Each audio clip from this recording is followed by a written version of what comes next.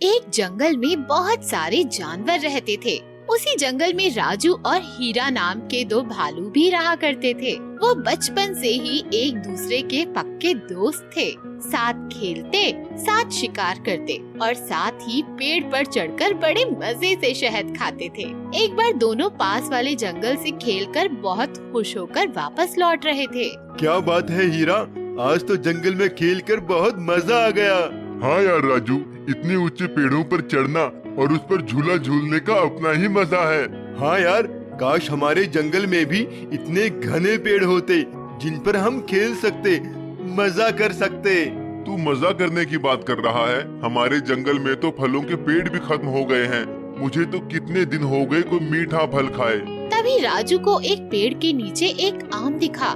उसने खुशी से चिल्लाकर कहा, वाह वाह, इतना रसीला आम, मजा आ जाएगा आज खाने में। कहाँ है? वो देखो, झाड़ियों के पीछे पीला पीला आम। राजू का इतना कहना ही था कि हीरा ने बहुत तेज दौड़ लगाकर उस आम को उठाकर अपने पास रख लिया और खुश होकर बोला, वाह यार, ये आम तो कितना रसीला है। मैं तो इसे बड़े मजे से खाऊंगा।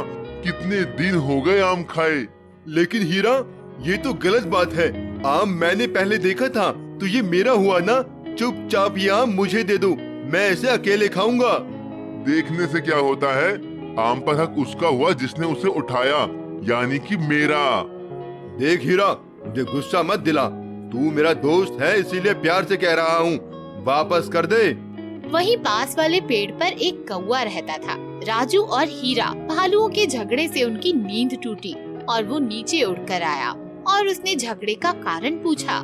कहाँ तुम दोनों किस बात पर लड़ रहे हो? कौवा भाई, हम दोनों पास वाले जंगल में खेल के आ रहे थे। मैंने झाड़ी के पास एक आम देखा, लेकिन मेरे उठाने से पहले ही हीरा ने वो आम धोखे से छीन लिया। मैंने कोई धोखा नहीं किया। मैंने इसके सामने वो आम उठाया और आम जिसने उठाया वो उसी का हुआ ना। उन दोनों की बात सुनकर कौवे ने बहुत सोचा और एक हल निकाला। देखो, तुम दोनों बचपन के दोस्त हो। तुम्हें इस तरह झगड़ा करते देख मुझे बहुत बुरा लग रहा है, लेकिन करे तो आखिर क्या करें। तुम दोनों जिस वक्त यहाँ आए, मैं दोपहर का खाना खाकर सो रहा था। अगर मैंने तुम दोनों को देखा होता तो एक पल में तुम्हारा फैसला कर देता।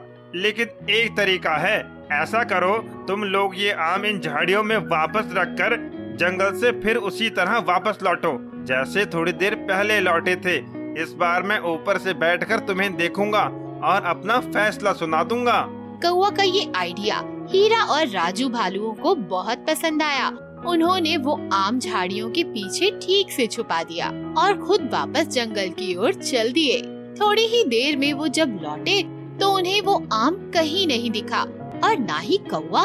फिर थोड़ी देर में उन्होंने देखा कि कौवा उसी आम के साथ पेड़ पर बैठा हुआ है और उनको देखकर हंसकर बोला, तुम दोनों भी ना एक आम के लिए अपनी इतनी पुरानी दोस्ती भूलकर झगड़ने लगे। तुम लोग चाहते तो ये एक आम आधा आधा बांटकर मजे से खा सकते थे, लेकिन तुम्हारे झगड़े में मेरा फायदा हो गया। अब मैं बड़े मजे से ये रसीला आम अपनी चोंच से छील छील कर खाऊंगा। इतना मीठा मीठा रस पाऊंगा और तुम लोग मेरा मुंह देखोगे। इतना कहकर कौवा वहाँ से उनका मजाक उड़ाते हुए उड़ गया। हीरा और राजू को तब समझ आया कि उन्हें कभी आपस में झगड़ा नहीं करना चाहिए। मुझे माफ कर दो हीरा, मैंने तुमसे झगड़ा किया। मुझे भी माफ कर दो राजू, मुझे भी तुमसे झगड़ा नहीं करना चाहिए था। अब से चाहे कुछ भी हो जाए, हम आपस में झगड़ा नहीं करेंगे। हाँ चलो, अब हम मिलकर घर चलकर खेलते हैं और कल जंगल में जाकर फिर से आज की तरह मस्ती करेंगे।